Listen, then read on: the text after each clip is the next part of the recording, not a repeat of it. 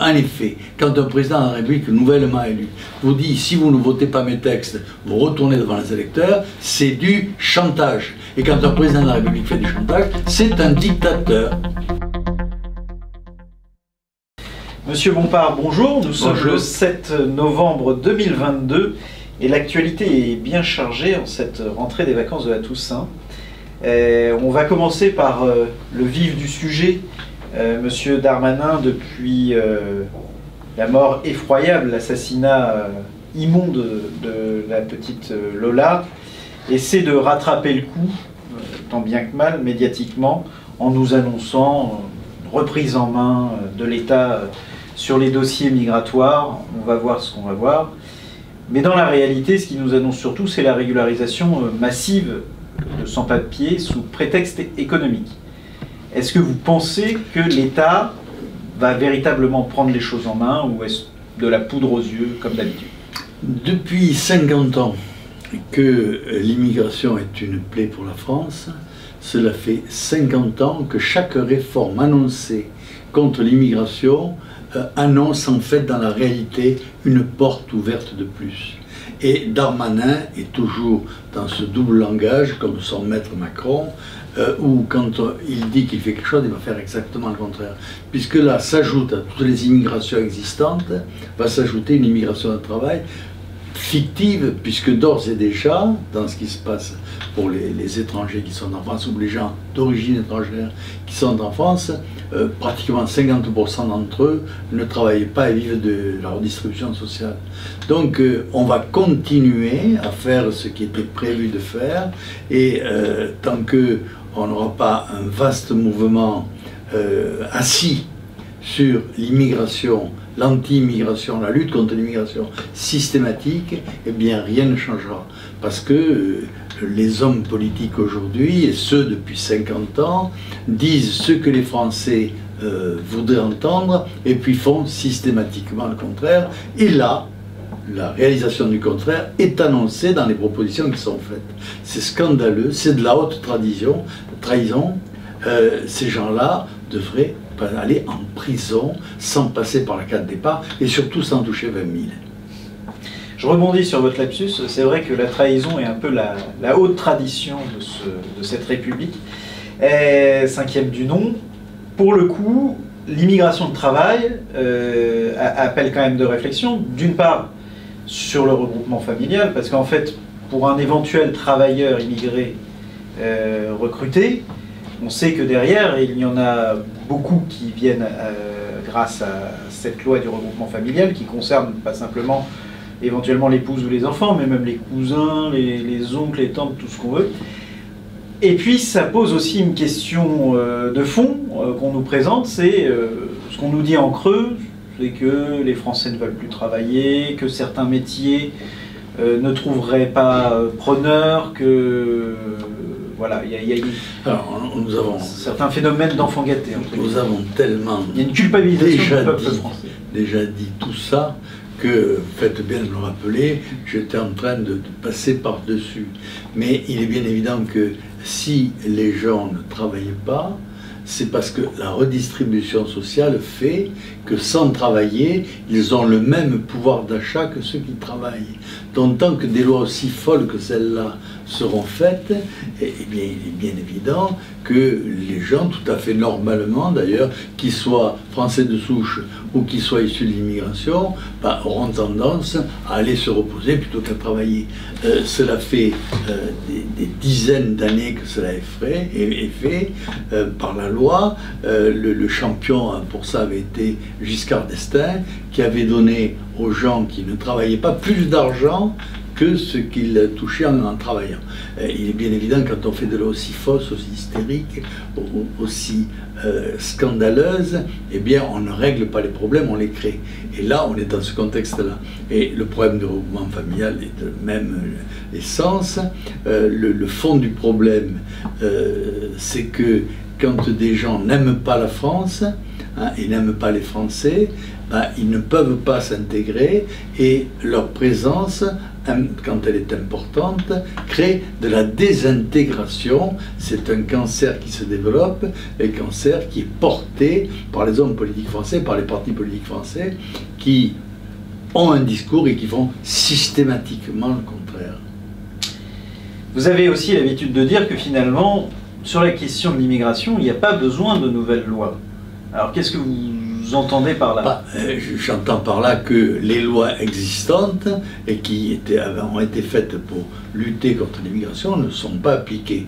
Le fait d'accepter des gens en situation illégale, eh bien c'est une incitation à l'invasion et non pas une lutte contre l'immigration, alors que ça avait été présenté en son temps comme étant la solution, une des solutions permettant de lutter contre l'immigration. Et on multiplie à l'infini. On rappelle souvent ici que l'aide sociale va tellement loin qu'elle finance les terroristes. Hein, quelqu'un qui est terroriste continue de toucher ces aides sociales. Et il est bien évident que cela est criminel. Les gens qui ont fait des lois ou qui n'appliquent pas les lois sont des criminels, puisque le résultat de leur action entraîne l'assassinat, le viol, l'enlèvement d'enfants, etc. Toutes les folies que l'on vit au jour le jour. Restons, si vous le voulez bien, sur M. Darmanin. Plusieurs informations qui se rejoignent affirment qu'il sera difficile d'organiser ou de tenir des festivals ou tout autre événement culturel à l'été, au printemps-été 2024 à cause de l'organisation des Jeux Olympiques. Sous-entendu, on n'aura pas assez de forces de sécurité pour assurer tous les événements. Le résultat de la politique d'immigration soixantenaire maintenant de la Ve République fait que la sécurité dans ce pays disparaît et que l'insécurité n'est pas jugulée, non pas seulement par manque de forces de l'ordre, non pas seulement par manque de juges, mais par manque de sanctions contre les criminels. Et il est bien évident que si on ne vit plus dans une société naturellement sûre, hein, et si cette société est naturellement insécurisée, eh bien, le traitement de cette insécurité devient de plus en plus important et de plus en plus irrésolvable. Hein, et c'est bien de cela qu'il s'agit. Parce que ici, nous avons l'habitude d'avoir des grands festivals, les chorégies et d'autres spectacles, et les choses sont toujours bien passées. Hein, pourquoi les choses sont toujours bien passées? Parce que on mène une politique sécuritaire en France, à Orange, importante, et que l'insécurité y est bien moindre que l'insécurité qu'il y a même chez nos voisins les plus proches. Donc c'est le résultat d'une politique, ce fait.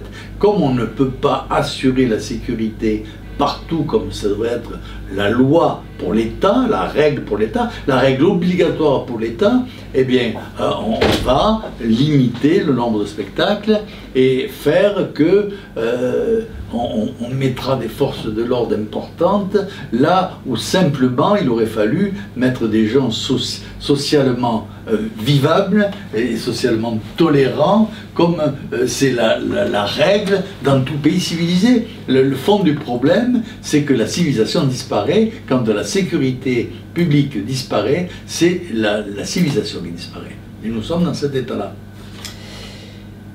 Restons aussi sur ce domaine, on va dire, politique et législatif, avec la menace qui a été faite, brandie déjà maintes fois par Emmanuel Macron, mais ils en donnent les atours de la réalisation, avec une réflexion qui sera entamée sur la dissolution de l'Assemblée nationale.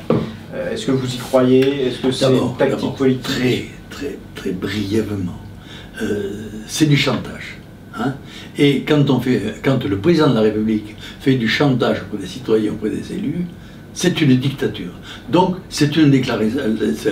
Officiellement, Macron a déclaré que la France était dans un état de dictature.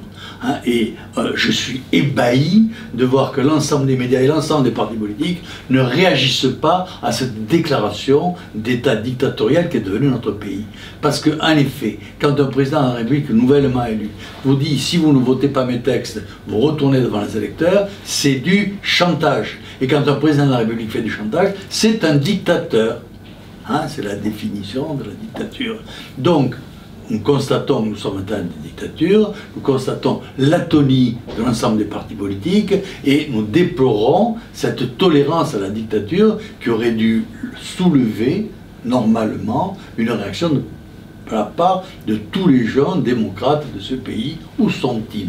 Où sont les démocrates de ce pays?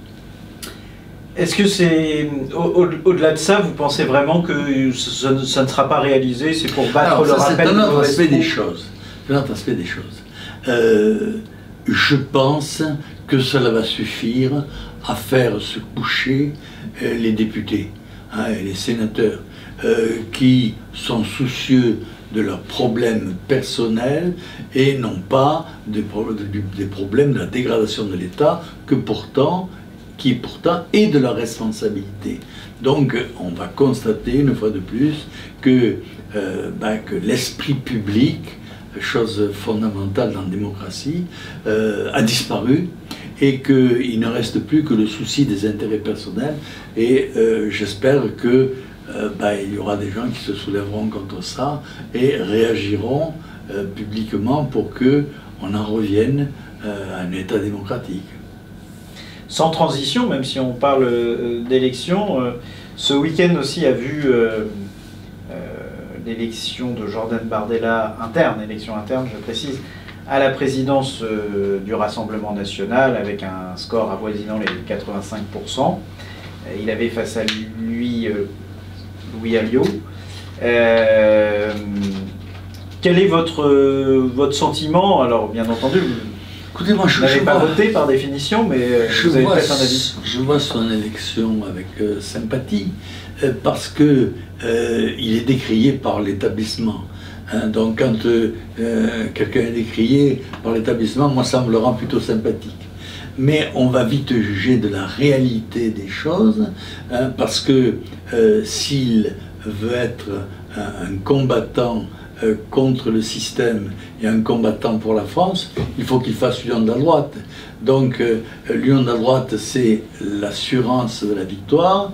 Si on est un combattant pour la victoire, on prend les chemins qu'il faut pour les avoir. Donc je suis satisfait de son élection. Il me paraît beaucoup plus politiquement intéressant que son outsider. Donc je suis ravi de cette élection. On va voir ce qu'elle en est. On le dit partisan d'une ligne identitaire. Ses détracteurs disent qu'il va rayer la ligne sociale qu'aurait développée le RN ces dernières années. Vous pensez qu'il y a une réalité à cela ou c'est du... Je dis on va voir. Hein, je dis on va voir. En fait, il ne faut pas juger les gens sur ce qu'ils disent, mais sur ce qu'ils font. Donc nous allons voir ce qu'ils font. La France a besoin d'un parti de vraie droite fort. Hein, c'est faisable, il faut faire l'union de la droite. Je prie le bon Dieu qu'il ait le courage de le faire, parce que les pressions pour qu'il ne le fasse pas seront importantes, et c'est à la réalité de ce que font les hommes que l'on sait s'ils sont du bois dont on fait les flûtes ou du bois dont on bâtit les grands navires. Et est-ce que ça veut dire, quand vous parlez d'union des droites, j'essaye de clarifier peut-être pour moi d'abord, et puis aussi pour ceux qui nous écoutent, votre pensée. Vous pensez aussi à, j'imagine, aux conséquences locales de cette élection, et vous entendez par là d'éviter peut-être qu'on se retrouve dans des concurrences malheureuses. Si l'union des droites avait été faite il y a 15 ans, le département serait à droite. Si lors des dernières élections sénatoriales, l'union des droites s'était faite comme je l'avais demandé, on aurait eu un sénateur. On a eu un député grâce à l'union des droites. On en a eu même dans le département, je crois, 4 ou 5. On en aurait eu combien en Provence? On en aurait eu peut-être 10 fois plus. Voilà.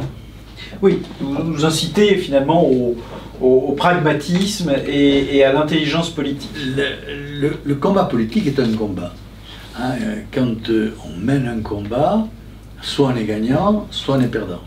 Hein, pour gagner, il faut faire un certain nombre de choses. Donc on n'a pas le choix en politique. Je dis, en politique, on n'a jamais le choix, sauf celui de faire des bêtises, et ça, on le fait avec talent. Monsieur Bompard, merci beaucoup. Merci.